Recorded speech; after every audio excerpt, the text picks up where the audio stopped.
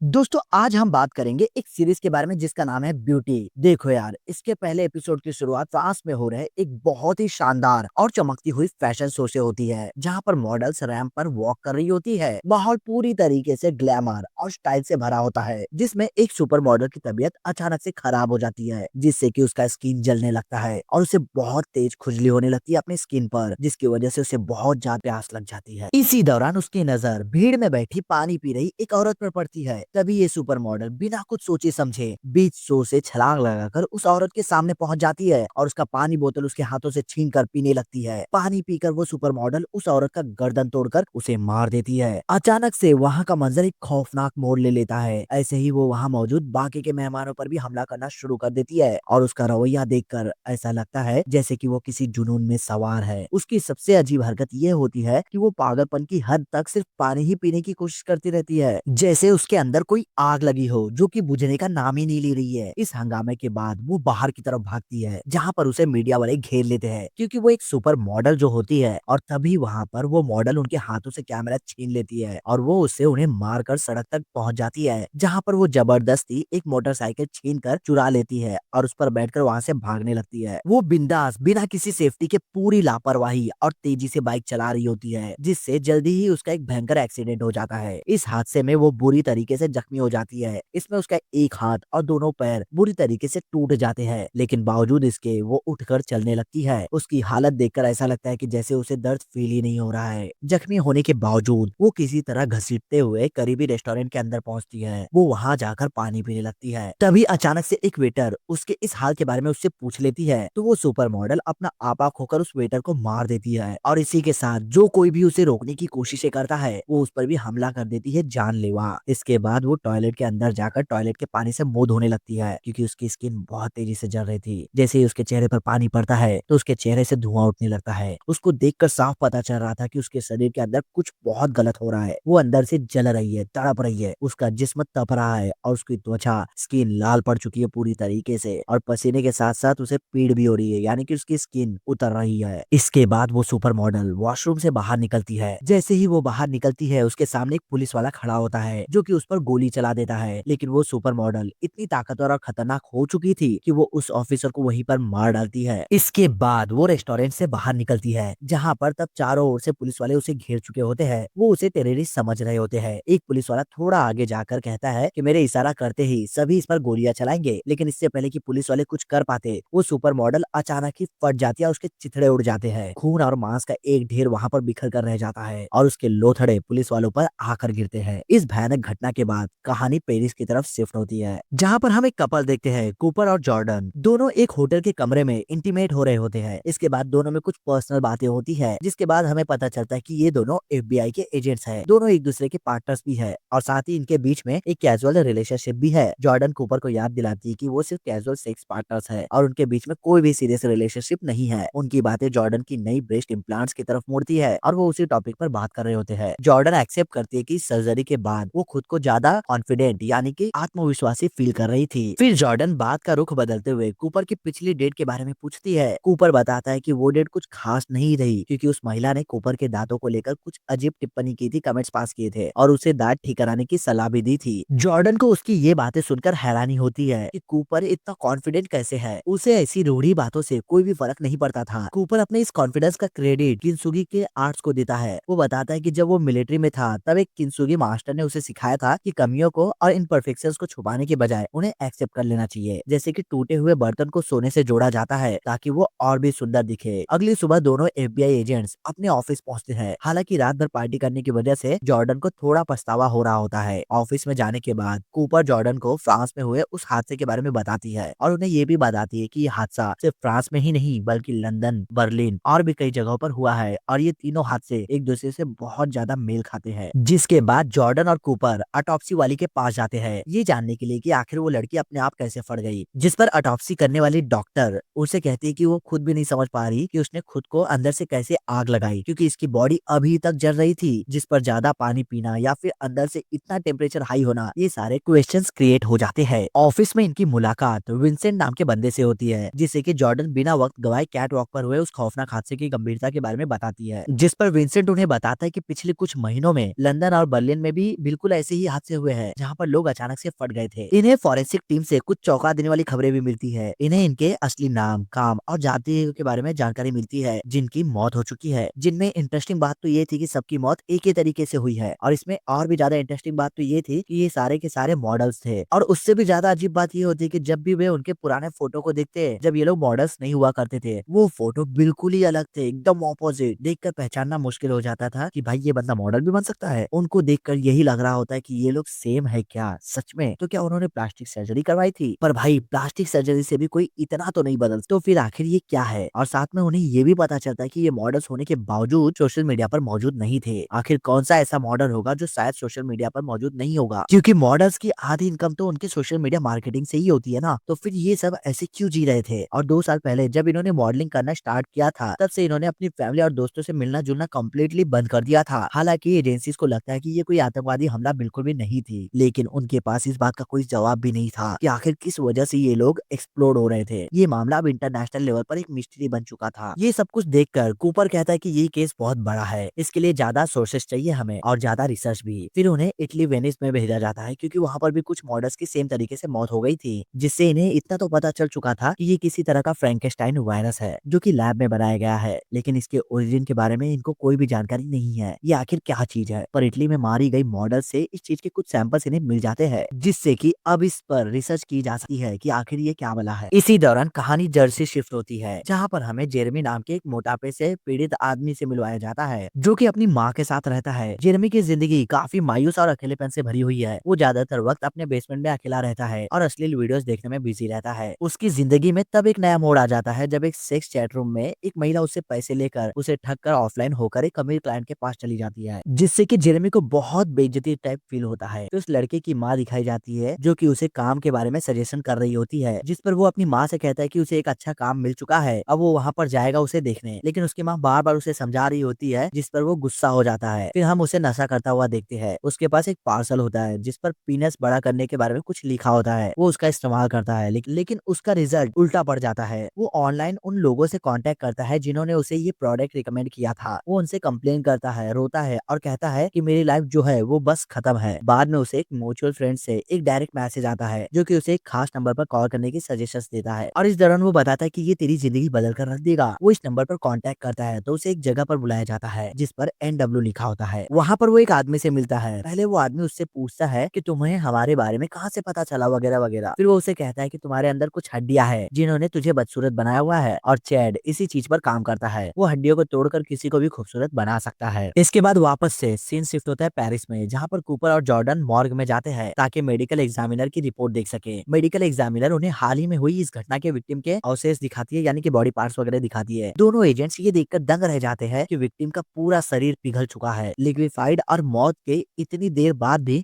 उसमें से बहुत ज्यादा गर्मी निकल रही होती है। दुख की बात तो ये होती है कि मेडिकल एग्जामिनर के पास भी इसका कोई ठोस जवाब नहीं होता। बस उसे इतना पता चलता है कि विक्टिम के शरीर में एक अनजान वायरस पाया गया है, जो कि इस सब का जिम्मेदार हो सकता है। अब ये वायरस पहले कभी भी नहीं देखा गया था, जो इस केस को और भी ज्यादा पेचीदा बना देते हैं। कहानी वहाँ पर वो डॉक्टर के सामने अपना दिल खोलकर रख देता है और बताता है कि कैसे दुनिया उसे बदसूरत होने का एहसास दिलाती रहती है और वो कितना अकेला फील करता है। वो उम्मीद कर रहा होता है कि डॉक्टर उसे एक हॉट गाय या चैट जैसा बदल देगा। डॉक्टर यहाँ पर जेरेमी की भावनाओं के साथ खेलता है और उसे इमोशनली मैनिपुलेट करता है। वो वादा करते हुए कि वो उसे एक खूबसूरत मर्द बना देगा जिसके पास जीने का एक मकसद होगा। जेरेमी अभी स्टैंड अप कॉमेडियन बनने के बारे में सोच रहा होता है, लेकिन जो कुछ वहाँ हो रहा होता है उसमें हंसने वाली कोई भी बात नहीं हो रही होती, बल्कि सब कुछ एकदम डाउटफुल लगता है। वहीं पर पेरिस में आकर कूपर और जॉर्डन पिछले हादसों की फॉरेंसिक रिपोर्ट्स की जांच करते हैं। उन्हें एक हैरान कर देने वाली बात पता चलती है कि मरने वाले सभी विक्टिम्स अचानक से मॉडल बन गए थे, जैसे वो रातों रात पैदा हो गए हो। वो एक जर्मन विक्टिम की केस को फॉलो करते हैं जिसने अपना नाम नहीं बदला था अब तक। कूपर को यहाँ पर शक होता है कि उसकी माँ की मौत अचानक और मिस्टीरियस तरीके से नेचुरल कॉजेज से हुई थी। कूपर को ये भी शक होता है कि इसमें कुछ तो गड़बड़ है, इसलिए वो बॉडी को एग्जामिनेशन करने के लिए कब्र से निकालने का ऑर्डर देता है ताकि और भी ज्यादा लीड्स मिल सके। उसे लगता है कि पर्दे के पीछे कुछ बहुत बड़ा और खतरनाक खेल चल रहा है। इसी बीच जर्सी में जेरेमी अपने चेहरे की सर्जरी करवाने के बाद हम उसे एक बार में बैठा हुआ देखते हैं, जहाँ पर वो थोड़ा सा बदला हुआ लग रहा होता है। उसका चेहरा थोड़ा सा अलग सा लगता है। तब उसके पास बार टेंडर आकर उसे एक बियर का ग्लास पकड़ाता है और कहता है कि सामने बैठी लड़कियों ने आपके लिए भेजा है। वो ये देखकर खुश हो जाता है कि फाइनली अब मैं गुड लुकिंग दिखने लगा हूँ। तभी उन लड़कियों में से एक लड़की उसके पास आकर कहती है कि मुझे तुम हॉट लगते हो। ये सुनकर उसे लगता है कि भाई उसकी जिंदगी बदल गई है और उसके अच्छे दिन अब आ चुके हैं। क्या ये सब मोदी सरकार की वजह वजह से हुआ? नहीं भाई, ऐसा बिल्कुल नहीं। ऑपरेशन की वजह से उसे ऐसा लग रहा था। जिसके बाद वो उन लड़कियों के साथ डांस करने लगता है। वो रात भर पार्टी करता है और बहुत ही ज़्यादा शराब पी लेता है। फिर उसे उल्टियाँ-पल्टियाँ होने लगती है। वो वॉशरूम से होकर जब बाहर निकलता है उल्टी-पल्टी करके, तो बारटेंडर उससे पैसे माँगता है। जिस पर वो लड़का कहता है कि लड़कियों ने तो पैसे पहले ही दे दिए हैं ना। तो बारटेंडर कहता है कि उन्होंने अपना बिल भी तेरे खाते पर छोड़ दिया है। $300 हो चुके हैं। ये सुनकर ये लड़का गुस्से में कहता है कि अब तो मैं अच्छा दिखने लगा हूँ। फिर भी लड़कियाँ मुझे छूना लगा रही है। ये सोचकर उसकी खुशी गायब हो जाती है। वो रियलाइज़ करता है कि उन औरतों ने उसे धोखा दिया है। ये घटना जेरेमी के लिए एक गहरा सदमा साबित होता है और उसे एहसास होता है कि सिर्फ चेहरा बदलने से लोग उसकी इज्जत नहीं करेंगे, लोग उससे प्यार नहीं करेंगे। अगली सुबह गुस्से और निराशा से भरा जेरेमी वापस उसी सर्जिकल क्लिनिक में जाता है जहाँ पर उसने सर्जरी करवाई थी। वो अपने हाथों में बंदूक लेकर वहाँ पहुंचा था और वहाँ पहुंचते ही काउंटर पर बैठी लड़की को ही मार देता है और साथ ही कुछ स्टाफ मेंबर्स को भी मार डालता है। फिर वो उस डॉक्टर को मारने आता है जिसने उसकी सर्जरी की थी। यहाँ पर डॉक्टर उसे देखकर डर जाता है। डॉक्टर अपनी जान बचाने के लिए जेरेमी को मनाने की कोशिश ही करता है और उसे एक और मौका देने की भीख मांगता है और कहता है कि मुझे मत मारो, मेरे पास तुम्हारे लिए एक बढ़िया चीज है जो कि अभी तक इस्तेमाल नहीं हुई है और काफी महंगी भी है। मैं तुम्हें वो दिलवा दूंगा जिससे कि तुम्हारी जिंदगी इस बार सच में बदल जाएगी। डॉक्टर जेरेमी को होटल लेकर जाता है और वहाँ का पेंट हाउस स्वीट बुक करता है। वो जेरेमी को विश्वास दिलाता है कि जो प्रोसीजर अब होने वाला है वो सच में उसकी जिंदगी को पूरी तरीके से बदल कर रख देगा। ये सब सुनकर जेरेमी को डॉक्टर पर थोड़ा डाउट होता है, लेकिन वो सोचता है कि खुद को मारने से पहले वो डॉक्टर को मार ही देगा। फिर बाद में वो डॉक्टर की बातों में आकर वहाँ पर रुक जाता है, उसे मारता नहीं है। डॉक्टर जेरेमी को अपने कपड़े उतारने का हुक्म देता है और कहता है कि वो क्लेयर का इंतजार करे। जिसके बाद खुद डॉक्टर उसके लिए एक लड़की को बुलाता है और वो लड़की काफी सिडक्टिव कपड़े पहनकर उसके सामने आई होती है। जब क्लेयर वहाँ पहुंचती है तो डॉक्टर वहाँ से निकल जाता है। क्लेयर एक मिस्टीरियस औरत होती है, वो इस आदमी के साथ इंटीमेट होती है। फिर थोड़ी देर बाद हम देखते हैं कि लड़की तो नहीं है,